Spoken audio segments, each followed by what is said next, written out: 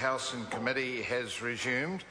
The Committee on the Crown Entities Reform Bill and Commerce Commission International Cooperation Fees Bill and the Biosecurity Law Reform Bill is resumed. Before the dinner break, the committee was debating Part 3 of the Crown Entities Reform Bill. Jamie Lee Ross had the call. He has just over 4 minutes remaining, should he wish to take it. Not some other member seeking the call. Denise Roche. Thank you, Mr. Chairman. I'm asking the House to support this supplementary order paper that's in the name of Trevor Mallard around Part 3 of this bill, because we want to, the Greens particularly, want to defer the Charities Commission from being absorbed into the Department of Internal Affairs. Order. Sorry, sir. My understanding is the SOP in the name of Trevor Mallard is to Clause 2 of the bill. We're on Part 3. Is it? We're on Part 3. We're on Part 3, but is there an SOP? Yes, sir, there is. Oh, my apologies. Number 32. Can I start again, sir? The situation is the SOP applies to Clause 2, but in effect it is about the commencement of Part 3. That's yes, so we should actually debate it at the time of Clause 2. Mr. Chairman, may I speak to Yes, you certainly can. I was just trying to clarify what we're doing. Thank you. No, I appreciate that. We'll be opposing this part of the bill. Last night, the Minister, Kate Wilkinson, referred to the Gambling Commission as an example of a model of a statutory board that works well despite being under the auspices of the Department of Internal Affairs, and she suggested that the Charities Commission would fare just as well. However, the two are very different beasts. The Charities Commission is a standalone organisation that operates separately from the government and government departments. Since its inception, it's registered 28,000 charities. It's ensured compliance and reporting, and it monitors the activities of charities to make sure they're doing what they say they're going to do, to make sure that they deserve the tax exemptions that are conferred on them by virtue of the fact that they have gained charitable status. On the other hand, the Gambling Commission is an organisation that sets the gambling levy, does some regulatory work around the casinos and things like the Host Responsibility Program, and is an appeal body for the Gambling Compliance Unit, which sits within the Department of Internal Affairs. The Charities Commission at this moment does much more than that. It does compliance, and if that function is to be lost to the Department of Internal Affairs, we're likely to see less compliance because there's a real struggle to investigate as it is. The Charities Commission also develops the capacity of the charitable sector.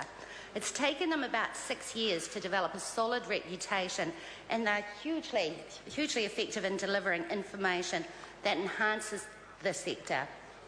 Any move to diminish the role of the Charities Commission is a great leap backwards. And international charities law experts, and there were 4 of them from the UK, from Canada and from Australia here last month, they say that to reduce the functioning of the Charities Commission goes against all international trends. According to the Chief Executive of the Bishops' Action Foundation, the changes being proposed were premised on the mistaken belief that government funding to charitable organisations for service provision gives it ownership of the whole sector.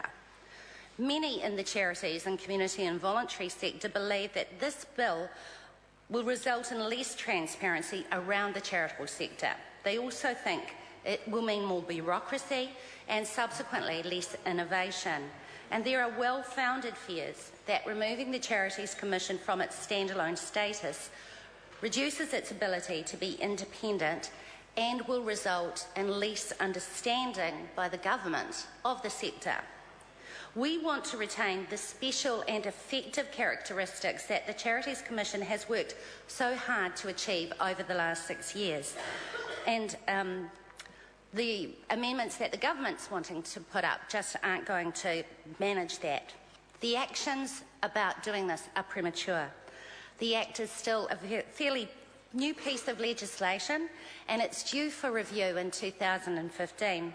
and the terms of reference are currently being discussed. And additionally, the Incorporated Societies Act is due for review.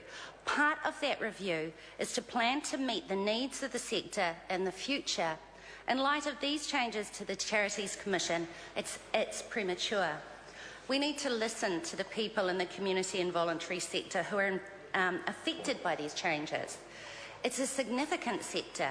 If you include all the voluntary hours they contribute the same amount as the construction industry to the GDP of this nation. That's about 4.9%. And according to Philanthropy New Zealand, $2.67 billion, all of it, none of it from the government, all of it from the private pockets and trusts of New Zealand, is used for charitable purposes throughout the last year. That alone adds up to 1.35% of our GDP. The move doesn't make sense in terms of timing, it doesn't make sense in terms of what the sector wants, and it doesn't make monetary sense either, because we've already heard that there will be no savings if you move the Charities Commission to the Department of Internal Affairs, and that's why we'll be voting against it. But just before I call the Honourable Trevor Mallard, there are several conversations going that are more than a dulcet tone, so if members wish to have those conversations, they might like to curtail themselves or go into the lobbies. Honourable Trevor Mallard. Thank you.